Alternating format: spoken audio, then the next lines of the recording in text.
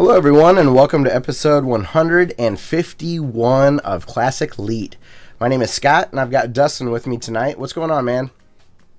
At the end of the podcast, I'm going to fault and extract myself. Fault and extract yourself? The hell does that mean? The fault and extraction balloon thing that you use in MGS5 and Peace Walker. Have you seen that yet? No. I haven't. And if I have, I totally missed it. So what are you talking about? You can knock dudes out, like enemy soldiers, and you'll attach a balloon to them, and it'll inflate and shoot them up in the air, and they'll go to Mother Base, and you can recruit them for your mercenary outfit. Oh man, I cannot wait to get to the Metal Gear 5 talk. It's gonna be awesome. It's gonna be fun. I'm excited. Unfortunately, Josh isn't gonna be able to join us tonight, but Dustin, Josh got the game too. Excellent. So we're gonna have to put the full court press on him to get him on the show, so you guys can kind of hash it out over Metal Gear. Yeah, he's probably halfway done with it by now. No, he took an extended lunch break, I think, and got an hour or so in. Oh, I've been meaning to try and do that, but there have been people at my house. Like Solomon and Kim got sick, so they were home yesterday. And then Solomon stayed home from daycare, so he was here with an aunt today. I've been trying to weasel my way home so I could play a little bit. Yeah, that's probably a bad idea. Well, I mean, hey, if your work gets done by the end of the day, I don't see any problem with it. Yeah. So, yeah, I mean, I'll do that. I'll play some Hearthstone over my lunch break, or if I happen to be home for lunch, like if I'm doing some design work or whatnot, and I'm here over my lunch break, maybe I'll fire up The Witcher or Contra or something like that. So, just what I've been playing recently, I guess. Yeah, man. So, outside of... I mean, we got into games early this week. We need to talk about what else you've been up to. So, have you had a good week? You had a good week, man? I have. It's been pretty chill. Okay. Yesterday I had a small instance of a UPS failed. An uninterruptible power supply, for those who aren't in the biz. That failed. Because I thought you were talking about getting a delivery. UPS failed me also because they waited until 7:48 to deliver Kim's Notre Dame hoodies. So I had to wait until today. Her birthday is... Oh, it's like March sometime, right? Yeah. That's right. I just happened to see a sale, so I got her some stuff. Oh, look at you, just being all nice and sweet. That's right. Right before football season starts, too. Yeah. It's a good timing. I think they're doing a big shindig for Notre Dame, the Notre Dame game on Saturday. Correct. Is that right? Yes. Mm-hmm. Okay. Do you know who they're playing? Anyway. You get +2 experience if you can tell me who they're playing. Damn it, Dustin! Wait. Come on, it's right Wait there. For it. Orange. I'll give you a hint. Orange. Tennessee, the Volunteers. You are kind of close, but kind of far away. Okay. Texas. Also orange and white, like Tennessee, and state begins with a T. They're not playing Tennessee. Although last time Notre Dame played Tennessee, they kicked their butts. It was great. So, I am so excited. College football starting. We won't talk about college football during the podcast, but man, I know can't that wait. Texas is the Longhorns. But, +1 experience. Thank you. So yeah, dude, that's sweet. The only thing that seemed weird about you purchasing hoodies in Tennessee is, do you even need hoodies in Tennessee? Oh yeah. Okay. Well, Kim could wear a hoodie under any circumstances. She could wear a hoodie in the Gobi Desert. Gotcha. But it does get pretty cold here in Tennessee. See, I'm warm-blooded, so I could be in gym shorts and a t-shirt and have it be 58 degrees in my house. Yeah. So I'm the same way. Are you? Yeah, I sweat so easily. By the end of this episode, I fully expect, because it's kind of warm in my house right now, to just have the shiniest face, and maybe some hair clumps stuck together at the top. You know what I mean? So well, last night, dude, I went to a comedy show. Oh, sweet. I've talked about him on the show before. My friend Mike Myers, that's his full name, Mike Myers, is a stand-up comedian, which works out great. And he did an amazing set last night. Like, it was so good. I drove an hour and a half to go see it, and it was so worth it. Like, unbelievable. So I've been up to that. Oh, and then I had some friends in from out of town this weekend. Sweet. Got to take them to one of my favorite Mexican restaurants here in town. Got them some margaritas, which this place is famous for. It's just famous in town for. And then we got down on some fibbage, man. It was I love some fibbage. It was one of those things that it was like 3 a.m. and we kept saying one more. We can just play one more time. Now we had a couple drinks, of course, but yeah, man, it was great. It was really, really fun. I haven't hung out with them since my little brother's birthday in May, and they had also never been to my house up here in Findlay. They've never hung out here before. Cool. So it was really, it was a lot of fun. So I've had a really good week since we've last podcasted, man. And actually, one thing that's really big video game wise that I did. I'll talk about that. I'll talk about that later. So a little teaser. Wait till after the news, after Dustin talks, and then we'll get to something stupid that I did, and it was awesome. So yeah, man. That sucks that your family's sick right now. I haven't got it yet. But you will. I might. I got it last time. And then you're gonna have to work through it. Yeah. But I did that last time because he got a head cold and then I got it. And that was like my first week at this job, so it was like a month ago. So you have he's like 2 right now, right? Mm-hmm. So you've got a 2-year-old, a dad that works in the school system around kids. You have a wife as a teacher. Mm-hmm. You're gonna be boned for the next couple of years. I am filthy. I'm just covered in germs. But your immune system, if it's got some gumption, it's gonna be nasty pretty soon. Yeah. So, well, yeah, man. It's episode 151. I'm gonna get everyone who listens to this podcast sick through the internet. Through the internet. See, I was just about to offer everyone that listens to this podcast a shot. I think in the end of the last flu shots. Classically flu shots. It's 151 rum. You got to light it on fire and take it with no chaser. There you go. Cured like no tomorrow. So he'll be 3 in November, Mike. Damn. Yeah. It's 3 in November. Yeah. That means that it was like 3.5 years ago that you broke the news live on the podcast that you were even having a kid. Yep. You've been on the show that long. Oh, that's crazy. That's awesome, man. So yeah, as far as news in video games is concerned, there's some pretty cool stuff this week, man. Mm-hmm. Did you happen to see the big news about the PS4? That is going to put YouTube streaming? Yes. That's probably the biggest thing about it, is that there's YouTube streaming. But also, they're increasing your cloud storage from 1 gigabyte of space to 10 gigabytes of space. That's awesome. I agree. And then also, they're going to build this thing in where you can share 10-second clips on Twitter. That's really cool. I think all of this is good. I thought it was excellent. And then, now this isn't going to affect me in any way because I have like 3 friends on my PlayStation Network group. Yeah. But if you're one of those people that has a lot of friends, you can actually sort your friends into groups. And I do this on my Blizzard.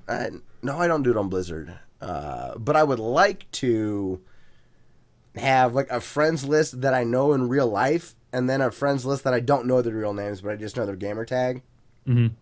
and just kind of leave it at that. But how smart is it that, I mean, YouTube gaming was something that we didn't talk about last week, which we totally should have. So YouTube launched their Twitch competitor, gaming.youtube.com. And how smart, man.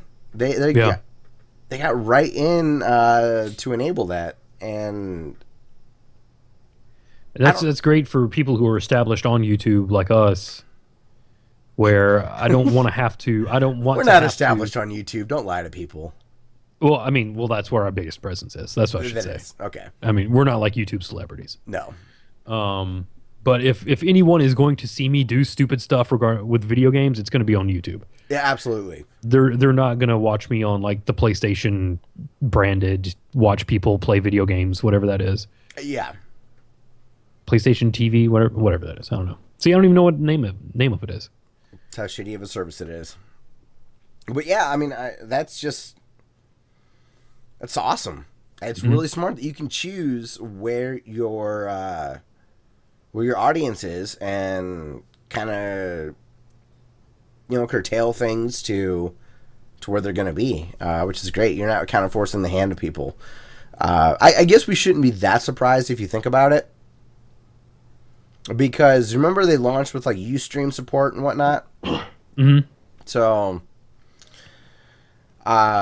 we just got a message in the chat room. So if you ever want to watch us record this podcast live, you can watch that at twitch.tv/classic_leet. And that's L337.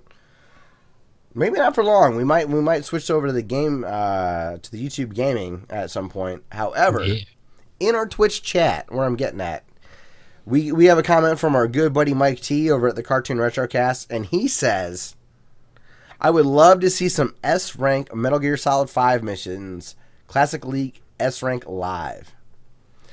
Dustin, when I was watching the Giant Bomb quick look of Metal Gear Solid, all I could think of was, I can't wait to see S-ranks from Dustin on our YouTube channel. I just actually got an S rank on one of the missions before I got online. Shocker. I can't. Okay, we got a lot of news to get through, and then we will just gush about Metal Gear Solid 5. Yep. But this, all this information as far as the YouTube gaming integration, the increased storage, sharing clips on Twitter, all that stuff can be found in our show notes. We're going to link the Kotaku article that I found this information out on. Dustin, surprise, big time video game information brought to you by Patrick Klepek. Shocker. When I see that, when I bring up, and I don't even do it intentionally. It's just so much of the stuff that he writes is so worthy of talking about that it just ends up in our show notes. We are biased. We love Patrick, but it just kind of works out in a funny manner like that. Well, I mean, he was on our show, and then Kotaku picked him up, so pretty much kind of how things work. Yeah, clearly he got his big break from us. Like you said, we're established on YouTube. So exactly. yeah, and you've got a Mountain Dew going. Mm-hmm. I'm particularly exuberant tonight. I went out for a little happy hour after work. Sweet. I've got a brewski here. So, what kind of koozie is that? The best koozie. The only koozie, right? The only koozie. It's my favorite Notre Dame koozie. For you Canadian listeners, that's a university, and yes, we root for their football teams. Yes, universities here have sports programs. I'm looking at you, Kevin. That's right. So, anyways, thanks to Patrick for writing another killer article. He shows up in our show notes all the time. And I swear, I'm just looking at the headlines. I mean, the byline is there to be available as well. And there's stuff that I skip over. But, I mean, last week, he had the article about the guy being brought to tears, just experiencing VR in space for the first time. Oh, yeah. I mean, he gets a scoop on PlayStation stuff, and he brings really I don't want to say thought provoking, but like emotional articles. Kind of shows the another side of gaming, which I thought was pretty cool. Yeah. So I don't know, man. Out of those features, which one do you think you'll take the most advantage of? Probably the streaming. I don't know, the PS4 streaming. It makes your screen smaller when you use it, and I find that Oh, kind of distracting. yeah. So because it'll be like gameplay here and then like a chat right here. Uh, that so probably that, but maybe just the 10-second clips. Like I'm always catching like little bits of game that are really stupid and Mm-hmm. funny. Like if something glitches or AI does something dumb. Which hold that thought because the next thing that we're going to talk about actually relates to that. Uh, for me, I think I'm just going to be taking advantage of the cloud storage. I think that'll be the thing that I like the most. Yeah. Now, I can't see the fact that I've used a gigabyte, but just the fact that I've got 10 available means that you can just willy nilly, like it doesn't even matter. You just save whatever you want, which I thought was Yeah. pretty cool. So, the next item in news, Dustin, did you happen to see the Jimmy Kimmel video that was posted last Friday? I did not. I'm not sure what the backlash is about. Okay. So, Jimmy Kimmel put up a video last Friday. Today is September 2nd of 2015. And it was a monologue of him basically making fun of people that watch video games for entertainment. And then had a bit where it was someone watching a video game being played by somebody. Hmm. And then they're like, the next iteration of YouTube, you can watch people play video games. And then they're like, YouTube cubed. You can watch people play video games. And then it just pans to a guy and he's like, I don't even know what I'm watching. And it's funny. It is funny. Yeah. And there was a huge backlash from the gaming community about it. Like Jimmy Kimmel does funny stuff online, right? And he can be a dick. This was the most thumbs down video that they've ever had. Oh, wow. And he's like, I've got thousands of videos on YouTube, and this is the one that got the most downvotes. So then he released a kind of a retort today. And I still think he was quite funny about it, but he was a bigger dick about watching video games. And so today he started reading quotes from that people had left in that video. And so he started making fun of the people that were commenting on his video. Hmm. But it's YouTube. So of course it's going to be horrible. Horrible. So it made video game people look pretty bad, I think. But all in all, I thought it was a really funny bit. I didn't take it personally. Some people took it real personally. But I'll have links in the description for that. I was just hoping that you'd watch some of the videos. I'll definitely check out the part where he quotes the comments. See, and that's what I was mentioning when you talked about being able to record something that's funny that happens, whether it's like a glitch in the game or AI acting dumb or something along those lines. Mm-hmm. Jimmy Kimmel couldn't understand that could be entertaining for somebody else to see as well. Huh. And then he also doesn't understand that watching a good match of Hearthstone or StarCraft or something along those lines might be really entertaining. Mm-hmm. He doesn't understand that watching your video... Okay, so I've never been able to come close to beating Castlevania. I've never been able to get close to beating Ninja Gaiden. So I can watch you beat it, my buddy, and have a really good time listening to your commentary, watching how you got through the game, and know that it is, in fact, possible to do. And he doesn't understand that. And he also doesn't understand that it's about the personality. people tell jokes while they're playing games, and funny things happen. Yeah. Like I love Day 9. Some people like to watch us. There are all these situations. I say that shockingly because I am surprised. And then we have a comment from Mike T about this situation, and he's saying that South Park did that joke a year ago. So it's not even necessarily new material that he's talking about. And I think he's referencing the PewDiePie episode on South Park. But it got people pissed. It got people real pissed. He said, when is Kimmel going to do a video making fun of people watching poker? Okay, watching poker is maybe, other than watching people fish, maybe watching poker is the dumbest single thing you could do on TV.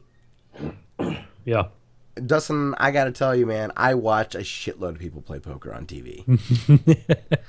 I was really into it in college. Like I wanted to be a Hold'em pro, and watching those people on poker or people play poker on ESPN, it was really cool because it would help me learn the percentages because they would have stuff like that up. Mm-hmm. So I would know like certain starting hands have X percentage chance of remaining strong, all that kind of stuff. So, but I agree with Mike. When is Jimmy Kimmel going to make fun of people watching poker? I don't know. So I'll put that stuff in the show notes. But yeah, Dustin, that's what the backlash was about. Okay. What are your thoughts? Someone famous making fun of kind of what we like to do. It's in all likelihood he doesn't even care. It was just the joke, the bit that they wrote, so he did it. Yeah, yeah, you're probably right. Like in all likelihood, he understands it. I'm sure he understands entertainment since he is himself an entertainer. So it's probably just he did a bit and people flipped out, and you saw how many views he got and did another bit about it. Yeah. So maybe I'm wrong, and maybe he does understand some of those things that I just rattled off, but it seemed like he didn't.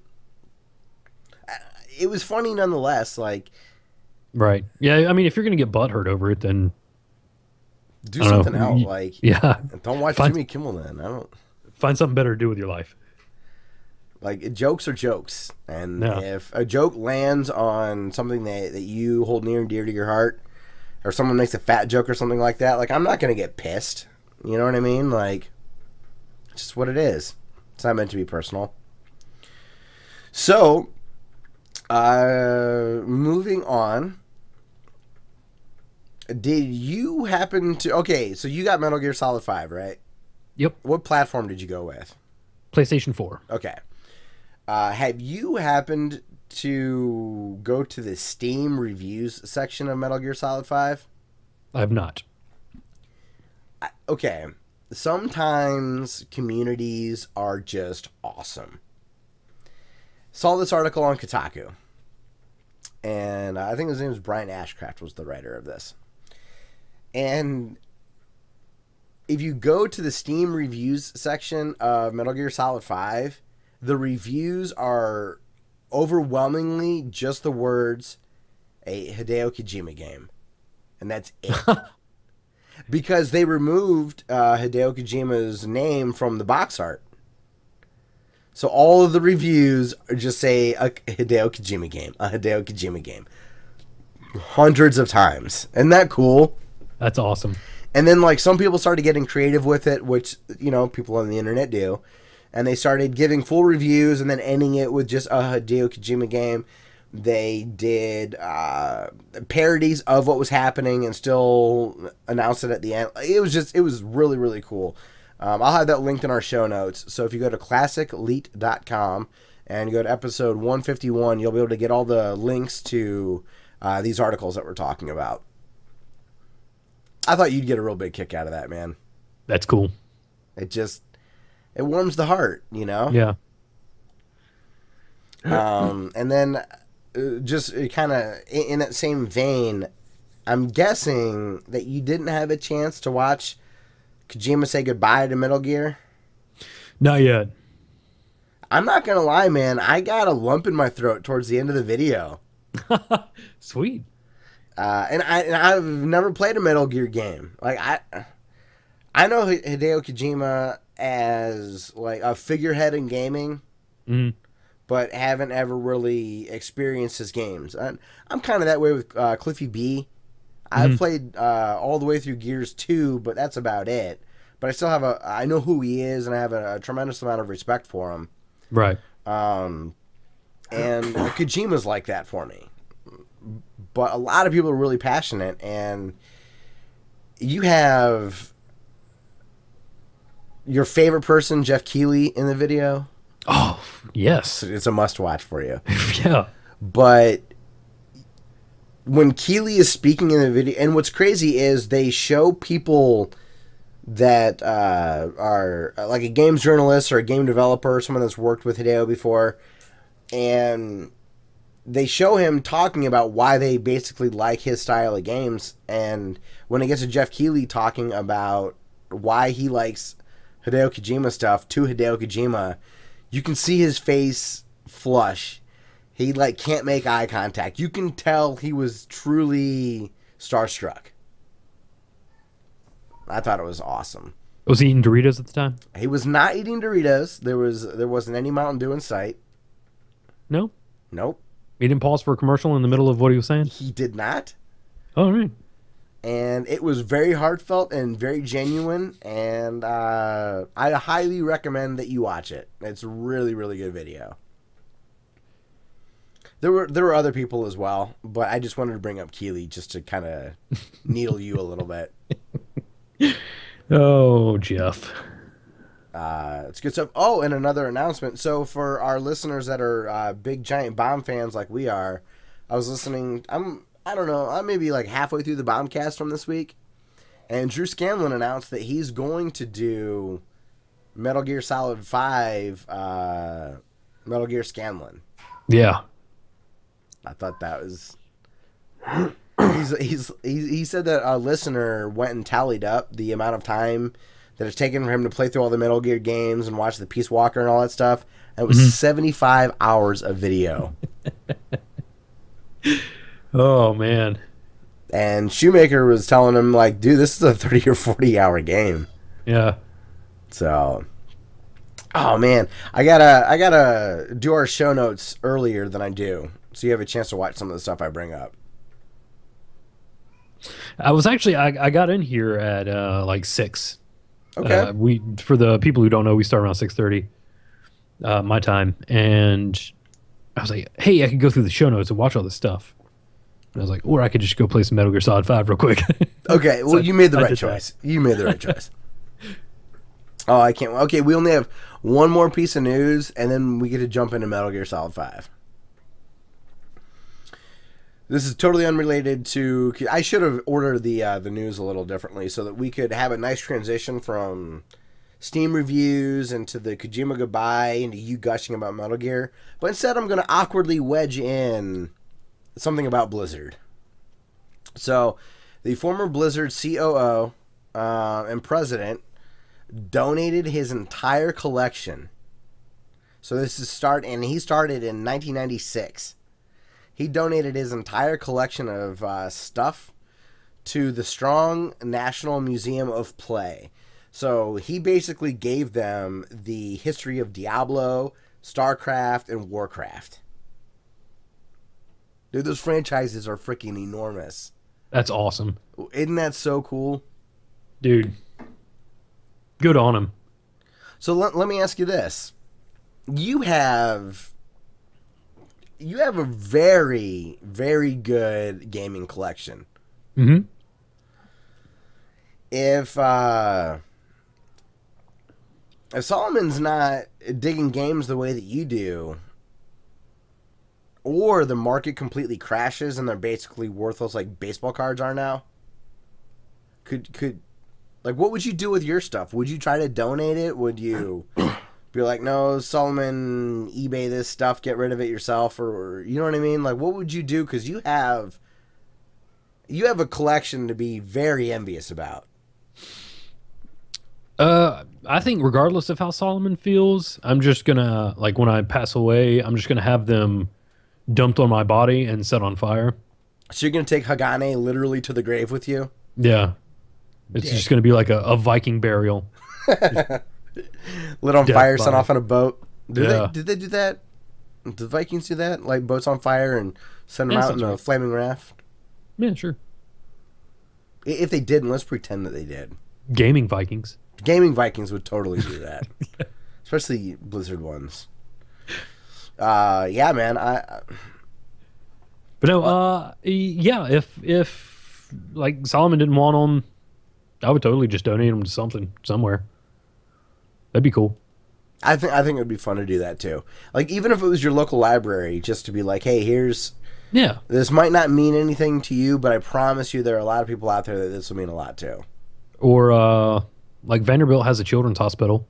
That'd be cool. Oh, that'd be great. Yeah.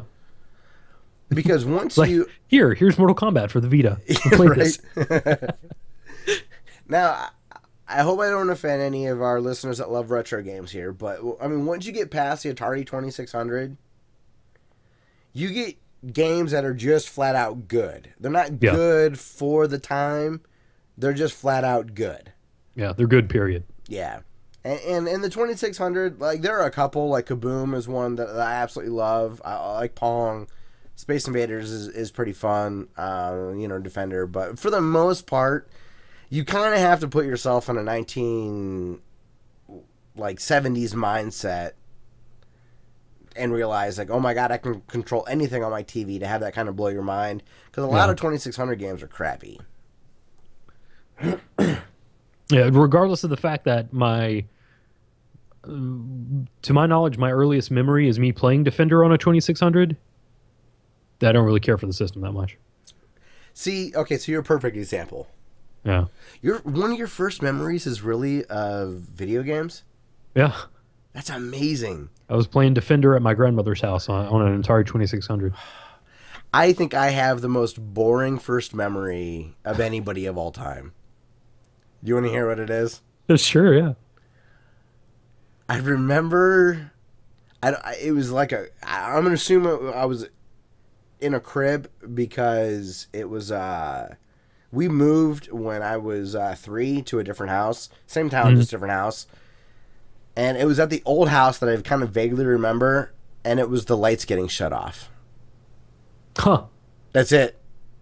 I remember being on my back and the lights getting shut off. Cool. I guess. I think that's pretty lame. Like, you're remembering video games?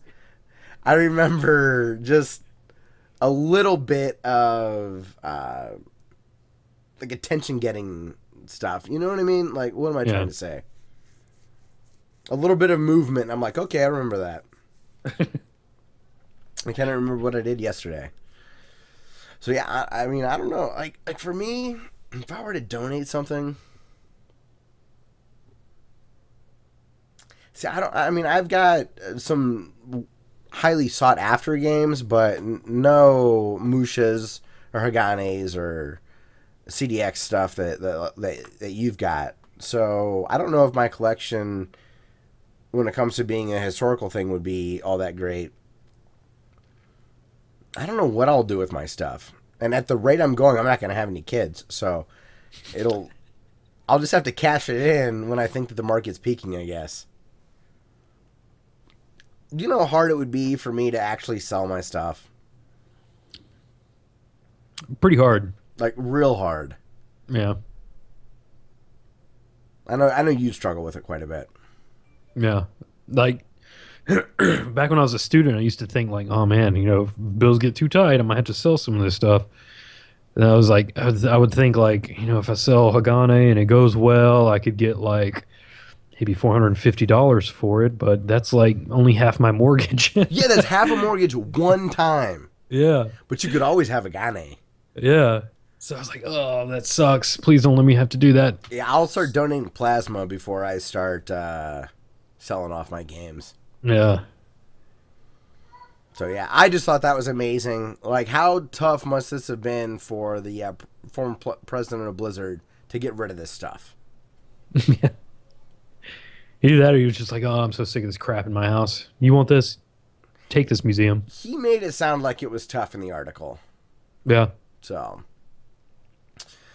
All right, Dustin. It is time. Speaking of being tough, Oh, what's that? Big Boss is tough. Oh, Big Boss is a badass. So, yes, Metal Gear Solid 5, The Phantom Pain, came out yesterday. And I'm about 2.5 hours in. And that game is great. Yeah? So what you've been playing? Is that your review? That's what you have to say about it? But no, it's freaking crazy off the chain. Like, weird in a way that is... It's like next generation Metal Gear. Okay. Just because it's not like... I feel like Kojima finally found like his movie director self and got away from like weird anime video game director self. That's weird you say that because I feel like I keep hearing from people that... Now, I haven't played this game for our listeners, so I'm going off just what I've heard, but it sounds like there's a large gap in between cutscenes and things like that, so it's weird to hear you say that it was more of like a movie director. Well, just in the way that the scenes that I've seen have been written and are like the way that they play out, it doesn't feel like your like standard anime trope, kind of over the top kung fu action. It feels more like action thriller that's almost a little David Lynchian. Okay. Almost. Just because some of the stuff in there is so weird. So if so I mean it's really different from a gameplay perspective, right? Yeah, I mean if you played Ground Zeroes at all, then you know what it feels like. Okay. As far as like the way that the game presents itself is completely different because you're basically just dropped in a giant sandbox, way bigger than anything at the in Ground Zeroes. And like when I got a physical copy of the game and it came with a map, and on one side is Afghanistan and on the other side is Africa, and they're just like these enormous areas. And the production value in this game is just off the charts. Like everything looks fantastic. It looks amazing. I've loved because I've watched some videos. I watched some kind of funny stuff and watched the Giant Bomb quick look, and I can't believe how amazing the scenery looks. Just the rock formations that are out in the desert and whatnot. They just look really, really good. Now the hair, I'm sorry, the hair still sucks ass. Like yeah, it does. But otherwise, like it just looks really, really neat. And am I correct that it has a great frame rate? Mm-hmm. It looks good. I don't know if it's 60, but it's definitely a strong 30. But I mean, it's regardless of what it is, it's stayed consistent, right? You're not getting hitching or correctly. Correct. Okay, correctly. What? Correctly. You said that sentence correctly. I will not answer what you said. That question was formed appropriately. But yeah, so far it's great. Unfortunately, I haven't had very much time to play it. I'm probably going to have a lot of sleepless nights here coming up because I'm going to try and squeeze as much in as possible. But I feel like for the first time, I think we're going to have more game than not quick time event, but cutscene. Like all the other games, if you're good at stealth and you know what you're doing, like you can get through the part you play super quick, and then all the cutscenes are going to be super long. Gotcha. Okay. So the game to cutscene ratio is super small, but in this I feel like it's so dense. There's so many mechanics. There's so much that you can do because it's this open world game now you finally have like, I think that's what's taking everybody aback is the fact that there's just so much game per cutscene now. Yeah. For example, I have heard that you can affect the future of the game based on what you're doing now. For example, taking out some sort of set of supplies. Hmm. So, like, one of the gameplay functions that Brad Shoemaker was talking about on Giant Bomb was all of a sudden guys started getting helmets, so he couldn't headshot them anymore. So he had to think about going back to missions that would affect helmet supplies. Oh yeah, yeah, I remember him saying talking about that. Yeah, And then that would then decrease the amount of guys he couldn't headshot. Like, that's yeah. amazing. From a skill tree perspective, or like the way that you build, load out your weapons or whatnot, Hmm. it seems too deep for me. I don't know. After you get through The Witcher, I think you might get that itch. The Witcher's not going to give me that itch. You're gonna be like, I want to shoot somebody with a tranquilizer dart and then strap them to a balloon. It's this. This is one of those games that I'm really enjoying watching people play, Uh huh. and am totally cool with maybe not playing it. Yeah, I understand that. So what else has jumped out to you? Did I tell you the game is weird? Well, it's a Kojima game.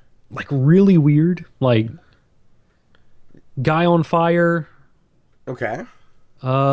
telekinesis, Okay. giant fire well, eating a helicopter. That sounds pretty badass. Um, I just picture like this tornado of fire, like coming out of the ground and like sucking up a helicopter. How far off am I? it like comes up from like the horizon and like comes down and eats this helicopter. That's even. See, and this is why I don't make games.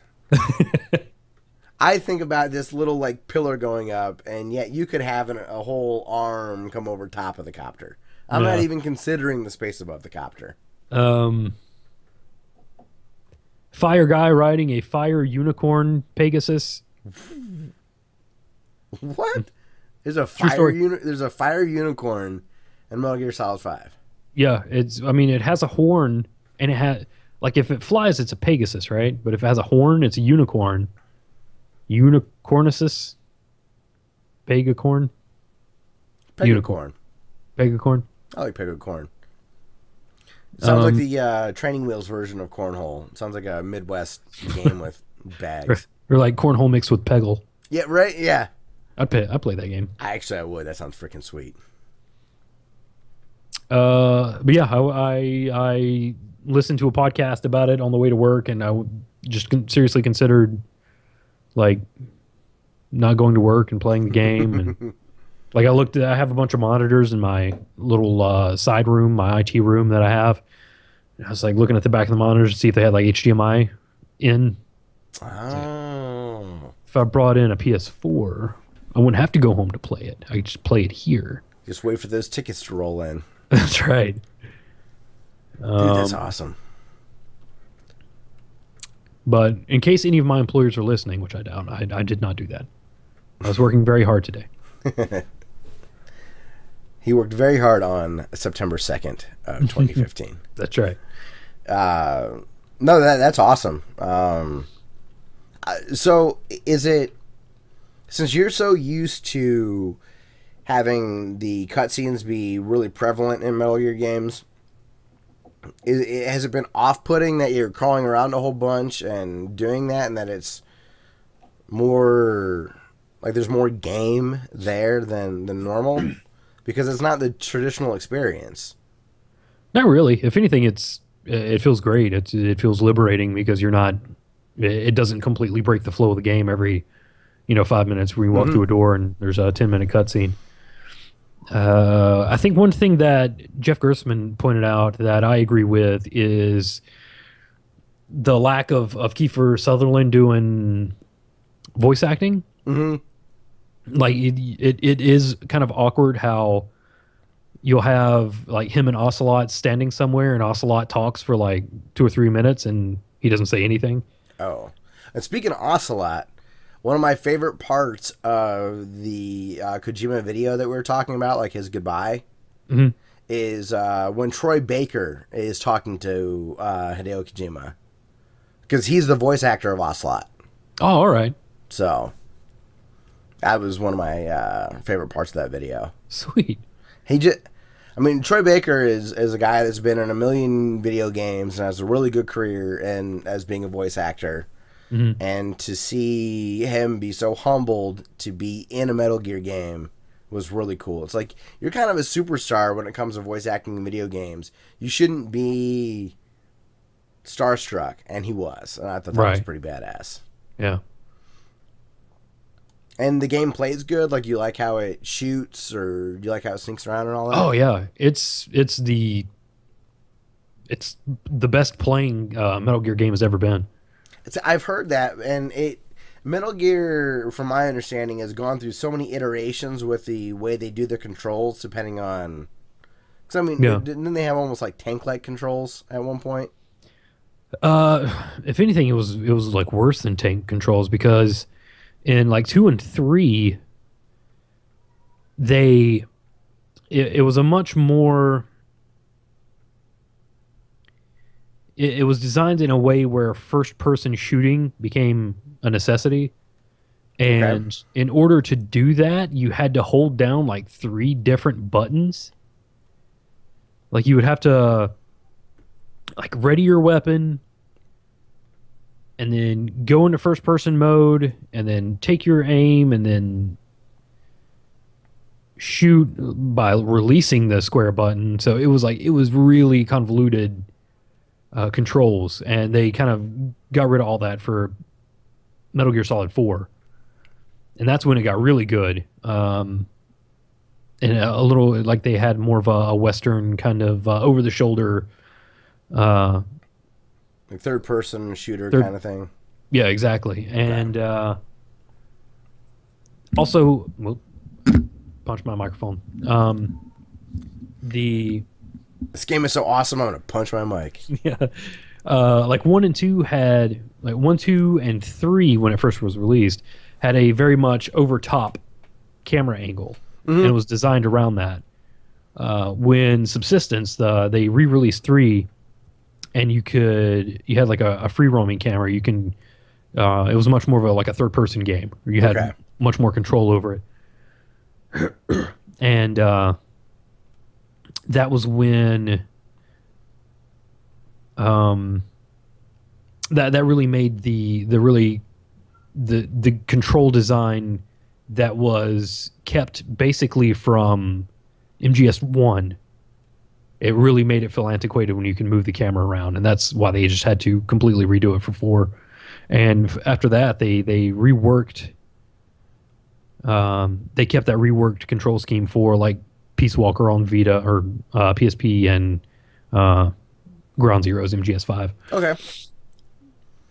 So, is your gut telling you that you might go back-to-back years with a Metal Gear game being your game of the year?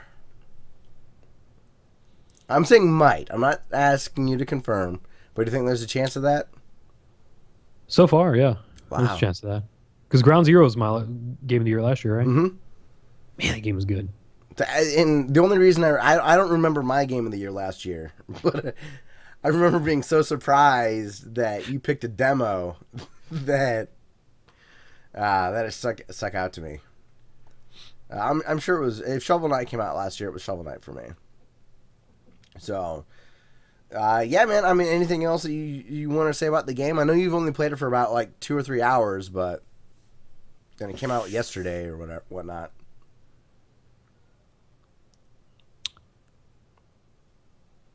He has a robot arm. Oh, he does. He does. Is that new? Yeah. Oh, okay, cool. And apparently, this is a little bit of a gameplay spoiler, so I apologize. But apparently, you can hit with your mechanical arm, and it's loud enough that it could set off the alertness of other enemies. That's awesome. Isn't that cool? Yeah, I watching the quick look with Jason I. Stryker and Brad Shoemaker from Giant Bomb go through it. It's a way deeper game than I would have expected it to be. Yeah. Just all the nuance and stuff. And then Mike T in our comments is letting us know that also a Bowie song starts off the game.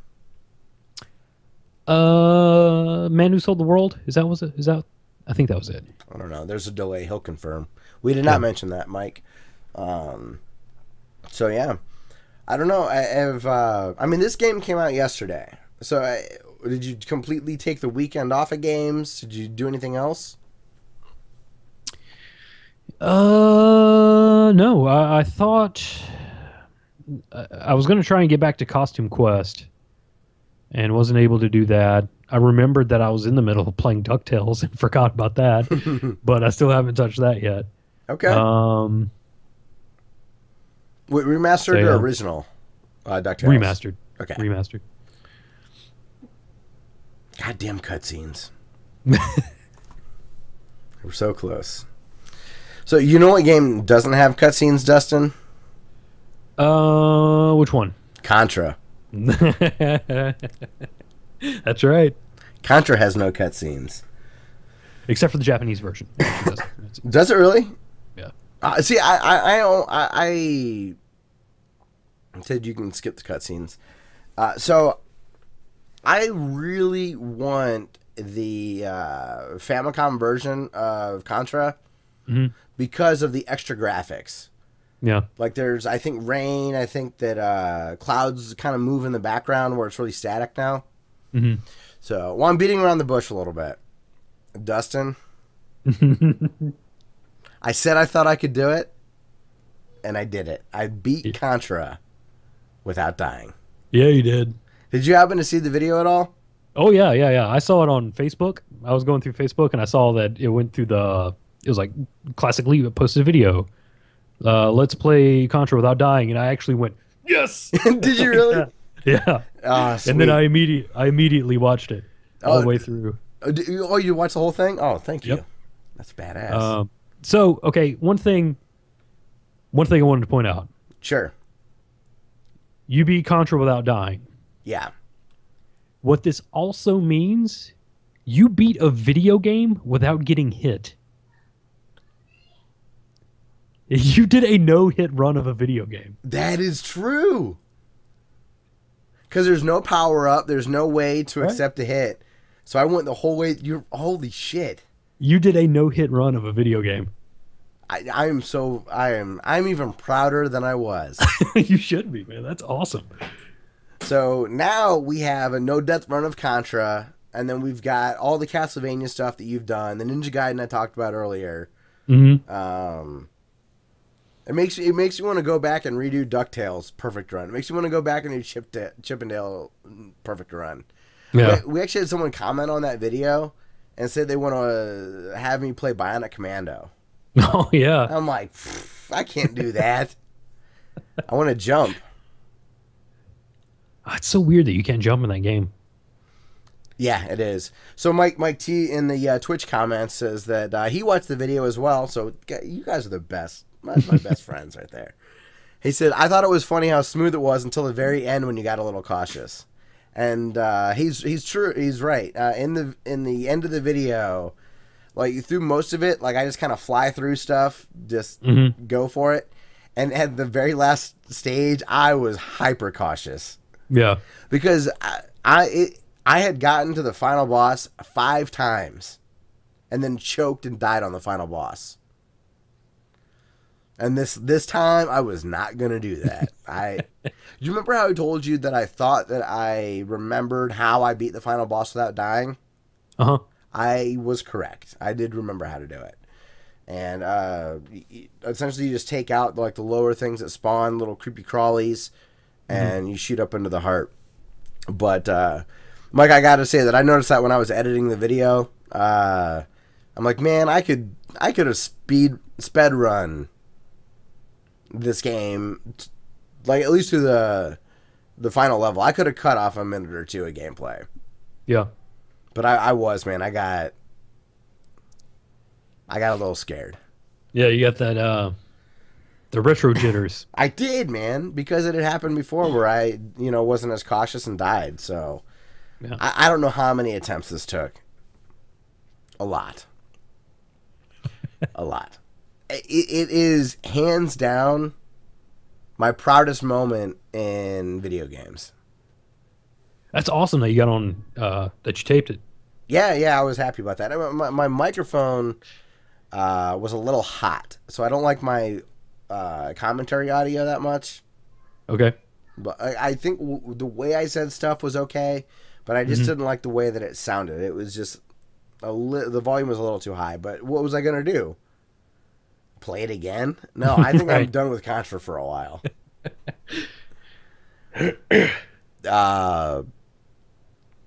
And then he says that the first time that a face hugger dropped from the ceiling, I almost got hit though, and he's right. There were a couple times in that video where I did almost die. Yeah. One of the things I'm also real proud of when it comes to beating Contra without dying is I did live commentary, so I did a true Let's Play. I didn't record it and then go do audio after the fact. I was talking out loud while I was playing the game. Yeah, you could tell. So I just want people to know that. But yeah, he's right. Like when the face huggers were at the end, I did almost get hit, but I didn't, and it counts. So I win, which is great. So yeah, man. But I said that I would put it on YouTube, right? Yep. And we did. I was hoping. I'm not gonna lie, man. I thought I might have gotten a text message from you. You know So what I mean? Like I thought you would have been like, "Holy shit! I just saw YouTube." Oh, right. Yeah, yeah. I want to say my reaction for the show. And it was well worth it. The fact that you put both arms in the air and gave a legitimate yes makes me feel real good. Because you're so good at some of the most difficult retro games that if I can impress you, I've done something special. That's the way I look at it. Yeah, I've never done a no death run on Castlevania, much less a no hit run. A no-hit run? I did a no-hit run on Contra. And there are lots of things to hit you in that game, so that was cool. Yeah. So if you're interested, I will link the video in the description. I'm very proud of myself for doing that. And well, moving on, I of course played Hearthstone, Dustin. Or not Hearthstone, The Witcher. I'll talk about Hearthstone in a little bit. But so maybe this is a spoiler, but I don't really give a shit. At one point, I'm playing The Witcher 3. And I have to put on a play. And then I have to go promote the play. What the fuck?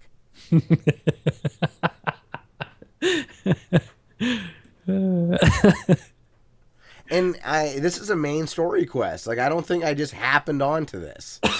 So the whole time, it broke my suspension of disbelief because I'm like, the game does a really good job of giving you some sort of a sense of urgency as far as the main quest is concerned.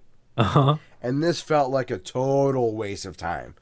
Now, the mission wasn't... oh, yeah, and Mike T is laughing because The Witcher is the star of the play. So Awesome. So you're trying to save somebody that means a lot to you. There's the woman that you love out there, and you're dinking around with some play for some ass backwards way to get someone's attention so that you could then move the story on. Like I want to be around that meeting where they're like, God, we're really stuck about how to get this character back in the game. Oh, I know. Let's have The Witcher. Mr. Stoic, Mr. Gruffness. Let's have him star in a play. And like some of the dialogue options come up. Yes, I know that you have to lure someone out, so it makes complete sense. I'm not going to say who it is. But you had to lure out a character that was developed that likes the plays and all that kind of stuff. So it kind of makes sense. I don't know. The game is more direct than this. This felt like a very roundabout way to go about getting someone's attention.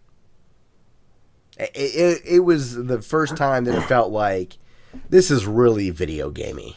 Yeah. Like this one felt like padding to me. Maybe it was an homage to Final Fantasy VI. Is there a play in Final Fantasy VI? I think there's an opera. Okay. Yeah, maybe. I don't know. It was weird.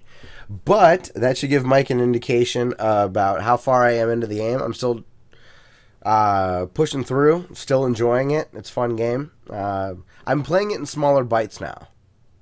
Instead of like these longer sessions. Mm-hmm. Because the save system in it's great. You can save really frequently, which is nice. So you can play for just 10 or 15 minutes if that's all you got.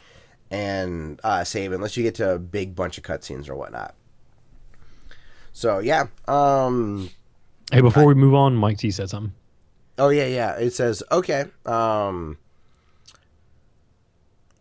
Mike T says okay. He's saying okay, valid point maybe, and he's like, but how good was the song that the girl sang? I'm talking about the girl who wrote the play.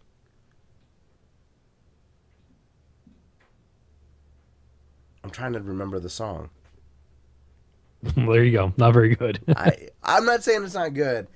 I just must have been kind of put off by the mission. You were struck, all struck in disbelief of what you were seeing. Yeah, kind of. And So, you missed Mike, it. I'm sorry, I don't really remember the song. He's saying it blows. Kind of. But if I can't remember it, I can't say it blows. It was probably really good. The production in this game has been phenomenal, so I'm certainly enjoying that. I just thought this one was weird. And then moving on, so Dustin, I on the last day of the Call of Duty open beta, I downloaded it. Uh-huh. Took a couple hours to download and install and all that. I think it was maybe 5 or 6 minutes before I uninstalled the game. All right. It's just if you're not a Call of Duty player, it's just no fun. Yeah. I would walk 2 steps and dead. I'm trying to follow my teammate, dead.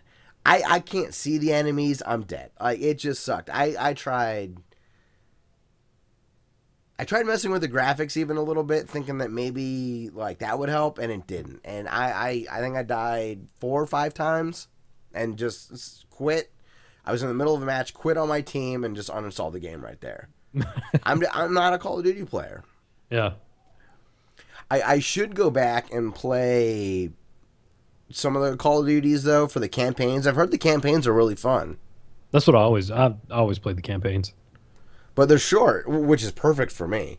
Yeah. So now I can get them inexpensively, and shooters are fun. I told you a couple weeks ago, maybe a month or so ago now, I was starting to play through BioShock Infinite again, just because I was in the mood for a shooter. So I think I would like Call of Duty from that perspective, but from what I could tell in the open beta for Call of Duty 3, it wasn't that pretty of a game. Maybe I had my graphics turned down too much. But the one with the dog that was recent, what was it? Something Ghost? Yeah, it was Ghosts. I thought that one I got into an open weekend too. That was a full game though. But I didn't think it looked very good either. Are Call of Duty games not... I assumed that they were kind of... I think that one was the split gen. So I think it was kind of middle of the road, so it would be easier to play on PS3 and Xbox 360. Gotcha. Okay. Well, that makes sense then. I don't know. Like the more recent one, Advanced Warfighter, Advanced Warfare. Advanced Warfare. That one looked better. Okay. Because I think it was just straight current gen. Yeah, it just didn't jump out to me. So, I'm visually it just. I had a similar experience. $100 million on a game. Like I just thought it would look better. You know? Yeah, true. I had a similar experience with the Hardline beta. Oh, really? I'd walk like 5 feet and someone would shoot me. It's just. I can't remember if I've played any Battlefield games. I think I might have 3 unlocked in my Origin account, but I don't know if I've ever installed it and played it. I can't remember. I heard Hardline was fun though if you're a Battlefield player though. Like I mean, if you know what you're doing. I even tried to jump on a wall. I thought maybe with mouse and keyboard I might be okay. Mm-hmm. No. Nope. So I already mentioned that I played Fibbage with my friends. We were up super late, and it was a lot of fun. So shout out to Dan and Justin and Stacy and Laura. That was a lot of fun. And then my friend Eric made one of the funniest decks I've ever seen in Hearthstone. So he called it like, oh, what did he call it? Secret asshole or something like that. And it's this, it's like, it's the, you, when you're playing this deck, all you're doing is annoying the other person. It's like such a troll deck, and it's good. It wins. I mean, it was, but there's this card. So usually you can play like a secret, and a secret means that when the enemy does something, the secret will enact, and it won't allow them to do what they want to do. Sometimes it will hit all the enemies for two damage, so it might wipe out the board. Sometimes it'll bring up another character for them to hit instead. Sometimes it will return the enemy to that player's hand. So there's all these things. Well, there's this one card which takes all the spells from your hand and throws them into active mode. So there's times where like someone will try to attack me and they'll kill one of my minions. Then it'll come back to life. Then it'll buff another minion. And then another thing will happen. And another thing will happen. And all of a sudden, what looked like a loss for me automatically gets the other person to just give up. They're like, what just happened? This is crap. Like one of the secrets is it buffs all of your all the minions that you have on the board. Mm-hmm. It'll buff them all with one attack and one damage. So all of a sudden, I can go from having a bunch of little weak minions out there to a bunch of strong ones, and then if they get attacked, they'll get buffed even more. It's so much fun. Now sometimes you don't get a good draw, and you just get wasted. Mm-hmm. So like you'll just get your butt kicked. But when it works out, oh my god, is it fun! So I'll have to see what Dumez has as far as like his Hearthstone cards and whatnot, because I think he would enjoy this deck. Because he had a priest deck that he kicked my butt with, and all it would do is annoy me. Like I'd try to do something and he'd take control of the card, and I'd try to do this and he'd have an answer for it. So I'm thinking that he would like this one quite a lot. It's a really, really fun deck to play. And then the last thing that I wanted to talk about before we jump into YouTube comments and our emails is Dustin, I don't know if I've been more excited for a game than I am right now for Mario Maker on Wii U. Have you watched any videos about Mario Maker? Mm-hmm. Like, I can't, it's horrible for me because I want to watch, but then I don't want to spoil anything. And I know there's like infinite levels. So like I'll want to watch a little bit of the video and I'm like, oh, I don't want to see how it begins. Like, no, I won't watch this anymore. But I'll find myself watching some Mario Maker videos. And I haven't watched anybody make a video yet or make a level yet. I've only watched people play levels that have been made. And oh my god, the creativity that is going into this game is unbelievable from the community. And we're still like a week and a half out from release date. So these levels I'm watching that are really funny are just being made by the press. Like the community hasn't even gotten to dig in yet. Like I was watching what's his name? You know a guy named Rerez? Mm-hmm. So I was watching him, and Jay from 3 Kilobytes made a level. Okay. All right. So his name's like Sean or something like that from Rerez. And so he's trying to play Jay's level, and he's sucking at it, and he wasn't getting anywhere. And it was funny watching him getting frustrated, but it was also funny watching Jay in the comments, because I was watching this on the YouTube game stream, Mm-hmm. So Jay's in the comments talking about Rerez playing his level. So it was awesome to see, like, Jay commenting, like, oh, his timing's off, and I beat this level, like, because he had to make it in order to, or he had to beat it in order for it to get posted. All right. So isn't that a really cool thing? So in order to get your level posted publicly, you have to be able to beat it yourself in order for it to go up. All right. So, like, impossible levels can't go up. Highly unlikely levels can. Right. But impossible cannot, which I thought was cool. So you have some psycho who's super good at it. Yeah, like some idiot that could beat Contra. Yeah. So, all right, man. Well, that's it from what I've been playing. I rambled a whole bunch there, so we'll have a longer episode. So congratulations, listeners. If you like those, we will have a longer one for you. Do you want to read Mike's email? Yeah, Do you sure. want me to? Let's see. Mike's email subject title is "Livin' La Vida Loca." Mike says, "Hi, Josh, and the rest. Today I saw a 104 Walking Dead Vita bundle, Vita 1000, on Amazon Warehouse Deals, and it was probably a dinger. In Amazon Warehouse Deal items, a dinger is an item that was damaged at Amazon's warehouse and can no longer be sold as new. There's no way to know if that listing was a dinger, but judging by the description, it probably was. Also, there are only 7 available. This was a phenomenal deal. I already have 2 Vitas, and I don't need another, so I wrote Scott an email with the deal. He immediately got back to me saying that he doesn't like video games and doesn't want it. I knew he would change his I knew he would change his mind, so I ordered one with the intention of changing the shipping if Scott changed his mind. Later, to my surprise, I got an email from Scott saying that he bought one. I'm really glad you did, Scott. Welcome to 2012. Woo! Okay, so some questions. What kind of genre games do you like? Oh, okay, I thought we were gonna genre. My favorite is still probably the side-scrolling platformer.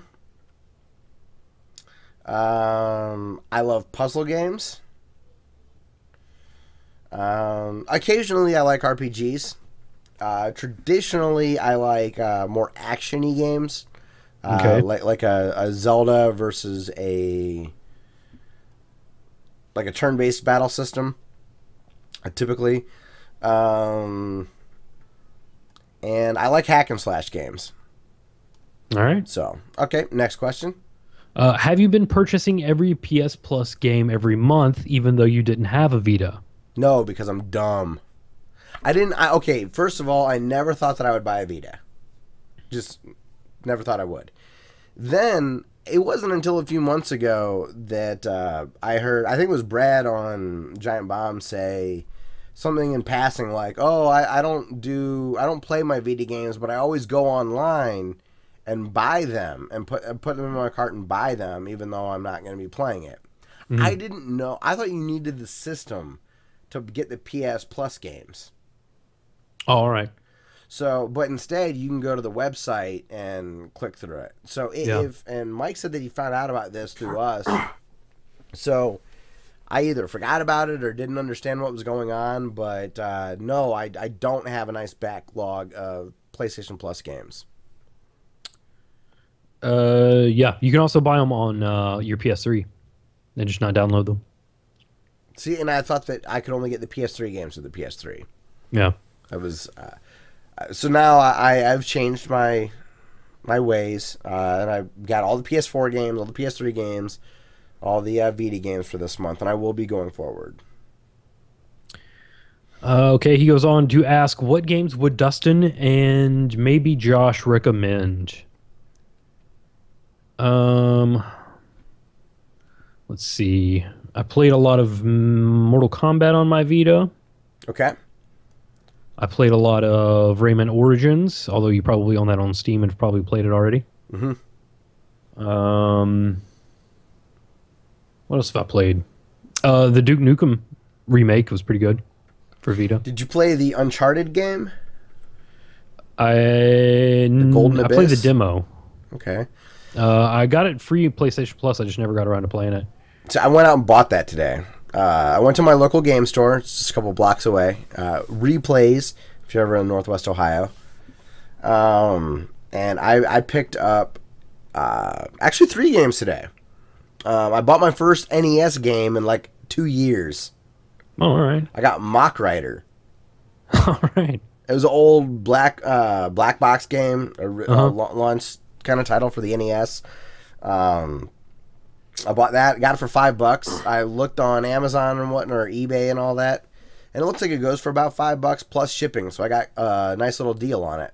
Mm-hmm. It's a black box cart. I'm gonna get it if I don't have it. You know, like Kung Fu and baseball and golf and all that. Super Mario and Duck Hunt is one. So I picked up that. I picked up Uncharted, and I picked up Hot Shots Golf. Ooh, Hot Shots. I heard that's excellent. Well, Mike recommended it to me. I played some of those back on PlayStation 1, and those were really fun. I remember them on PS2, the Hot Shots Golf games being fun. It was like $8, and I was like, okay. So I got 3 games for $30 after tax. So I thought that was pretty fair. And supporting the local game store, which I like a lot. And I haven't bought anything from him in a little while. Have you played the God of War game on it by chance? Mm-mm. The Killzone, like. Killzone's all right. Is it? The only thing I didn't like about that was it wouldn't checkpoint. That's a pretty big deal breaker, man. Yeah, it didn't checkpoint as often as I wanted it to. Okay. So like I would turn it off and I would have to like start over from the beginning of the level, and there was an unskippable cutscene, and I think that just like killed my interest in it, and I haven't picked it back up since. So you said that you played a lot of Mortal Kombat on the Vita. Should I keep a lookout for that? I enjoyed it, but if it was just one of those situations where I wanted something to play on the Vita, so I picked it up. Okay. Like if you can pick it up on the PS3 or the 360 or Steam, then that would definitely be the better way to go. Gotcha. Yeah. So I mean, I'm excited to get back into 2012. But $104 for a Vita is a really good price. It's the 4 gig. It's the OLED, which is the better screen. It's a little thicker, but that's fine. Mm-hmm. And it's the 3G Wi-Fi model. Okay. He said also, Mike T says that if I like fighting games, he'll send me Ultimate Marvel vs. Capcom 3. I do like fighting games. I don't know how much I would play it. I usually only play fighting games when I'm sitting next to somebody. So I won't sign online and play online or whatnot. Like I'd go through the story campaign once and probably not pick it up anymore. If you want to send it, go ahead and I'll send it back. I mean, I'll play it and then send it back. I won't just waste your postage. That'd be a dick move. All right. He goes on. He says, and some thoughts. Vita memory cards are expensive. Make sure you know how much you might need before buying one. Also, make sure you talk to me before getting one so I can get you the best price. If you can hook me up with a 32 gig one, I'd be down with that. I've been looking for one of those that isn't $100 for a million years. No, on Amazon, they're like $60 for the 32 gig ones, which is still a lot. Huh? I didn't know that. So Mike says that he'll send it to me to keep. Oh, so okay. If you want to, that would be wonderful. I promise I will play it. I said it's rare because Capcom lost the license when Disney took over Marvel. It's interesting. That'd be cool to have that little piece of history. Yeah. So, yeah, Mike, if you want to surprise me, that would be the shit. Okay, he goes on to say, Persona 4 Golden is the best game I've played on the system. I've never played that one. Also, you can play any PSP digital game on the Vita. Oh, that's pretty cool. Yeah. So, Persona 4 Golden, I did some Googling of best games for the Vita just to see what the... I didn't want to go to the game store and buy a turd. Right. And Persona 4 Golden was like number one on all the lists that I checked out. Okay. So Mike sees 32 gigabytes for $50 regularly as far as the memory card is concerned, which I'll probably upgrade to that. I'll have him send me a link to it. And yeah, I don't know. Persona 4 Golden, it's just such a big RPG, but you never know. If I get in the mood to get it turned into a turn-based RPG person for a little bit, I think that might be a good way to go. Oh, snap. Hey, you should get Mega Man X Maverick Hunter. Oh, is that a PSP game that I can Yeah. play on? Okay. That game's amazing. Also, Awesome. Castlevania X Chronicles. Okay. That has... I do like That's a Castlevania. remake of Rondo of Blood, and it has a port of the original Rondo of Blood and a remastered version of Symphony of the Night. Am I crazy? Did you make a video of that exact thing on our channel? Or you I just talked did about have, it before? I have videos, I just haven't uploaded them yet. Okay. Maybe you just talked about it to me then. Oh, Wait. Mike concurs. He says get Dracula X, or Dracula Chronicles. Oh, yeah. And Mike was nice enough to take the time to send me a list of other games as well to get. So, and he made a great point when I was talking to him earlier today. Vita games are cheap. Mm-hmm. Yeah, they're super cheap. So you can get nice physical copies in the boxes and kind of be good to go. And I picture this as this is going to be my AAA console in the bedroom. So, like, I don't have a TV. Like, I've got my tablet that I keep in my room, and I'll fall asleep watching something on my tablet. But it'll be great to have my Vita. I truthfully can't wait to play through Uncharted. I've never finished an Uncharted game, so I'm really looking forward to getting to that. It's been a long time since I played that Tomb Raider game for the 360 and PC. So, and Mike says that Dracula X Chronicles is on sale on PSN regularly. He thinks he bought it for around $4, which is badass. I'm excited. He's got me pumped. There's a good library there. And it'll help me take advantage of the PSN that I inadvertently signed back up for. So I forgot about that. Damn it. So, and then he finished. How's he finished out the email then? Well, I don't want to take too much of your time. Enjoy your new Vita. Oh, and I didn't play MGS games this summer, but I played a few hours of Phantom Pain. It's been awesome, even though I don't know what the heck is going on. Mike T. Awesome. So, yeah, everyone, that's Mike T from the Cartoon Retrocast, cartoonretrocast.com. I listened to their new episode today, Dustin. So they're on Patreon, and one of their tiers is if you donate enough or pledge enough to them, you get to pick the cartoon that they go through. All right. Someone had them do Sailor Moon. They were not having it. Mike did not enjoy this anime, and Mike likes anime, so it was funny. I really enjoyed the episode. I look forward to the after show. So, okay, well, let's get to comments then.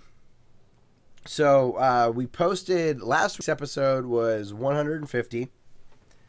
It was titled, She's on Craigslist. And I don't know, within minutes of posting the video to YouTube, Sergio Perez just writes, okay, ... That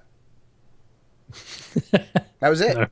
He couldn't have listened to anything, so he must have just commented on the title of the video.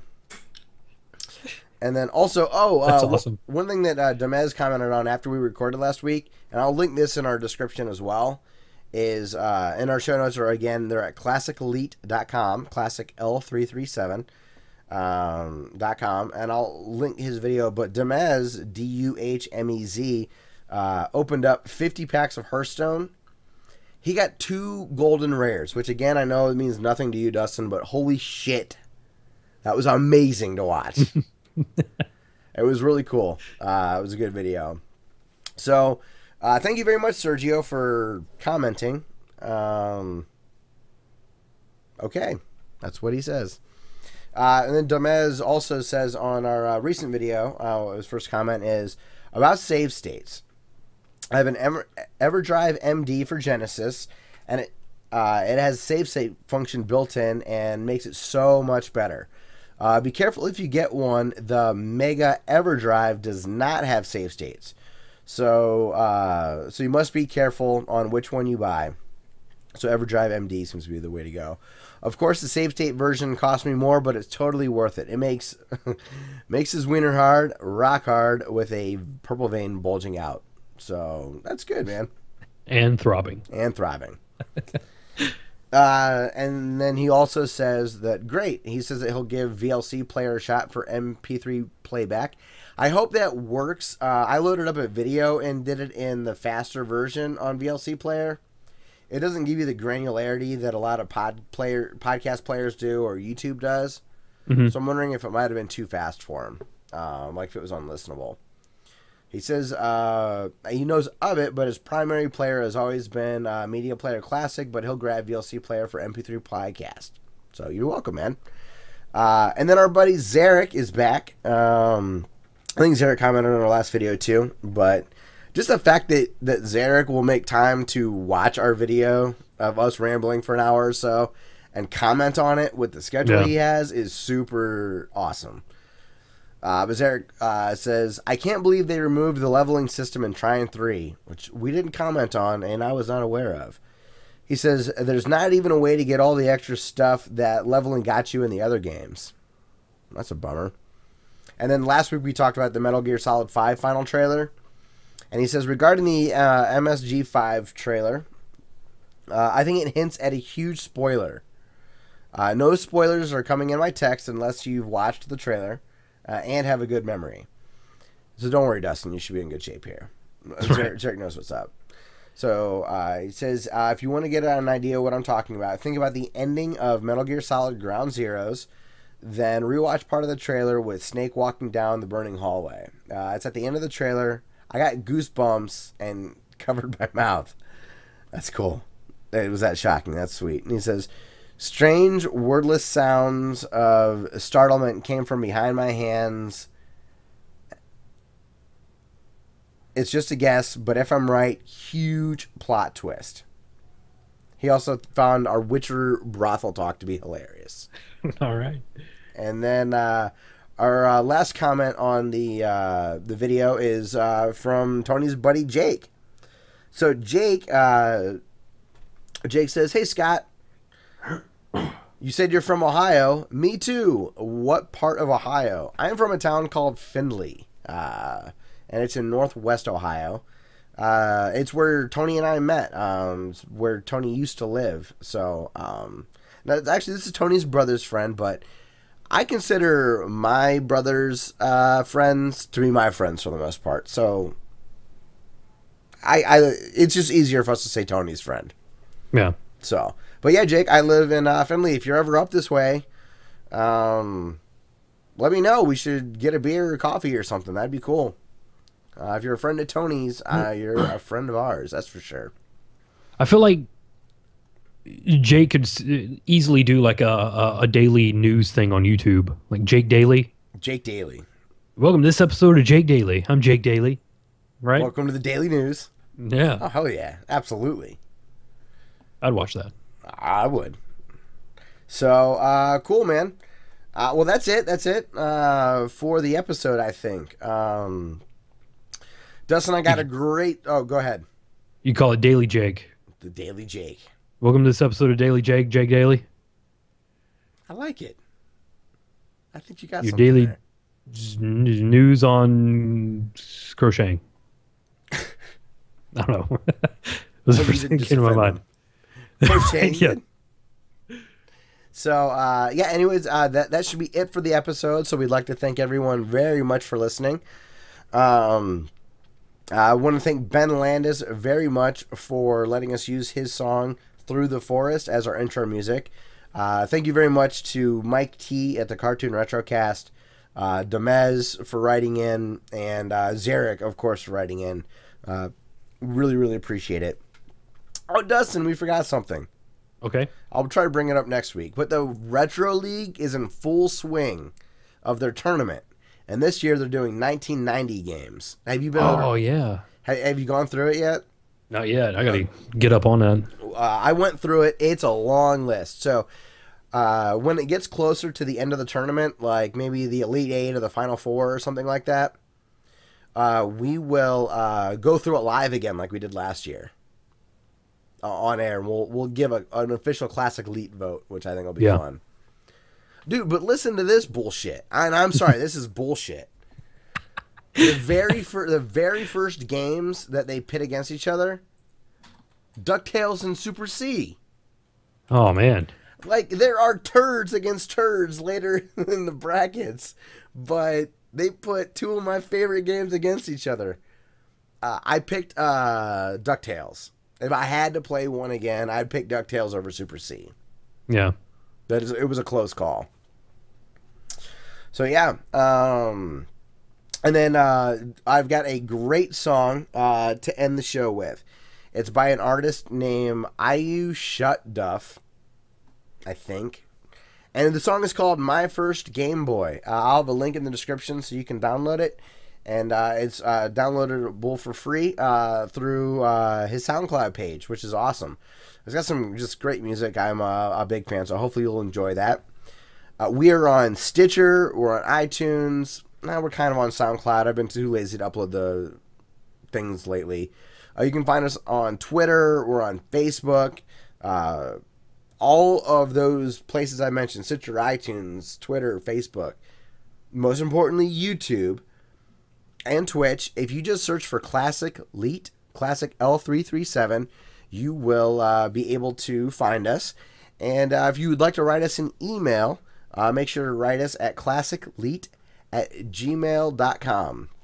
Again, we'd like to thank everyone very much for listening, and we will see you soon for episode 152. Boosh!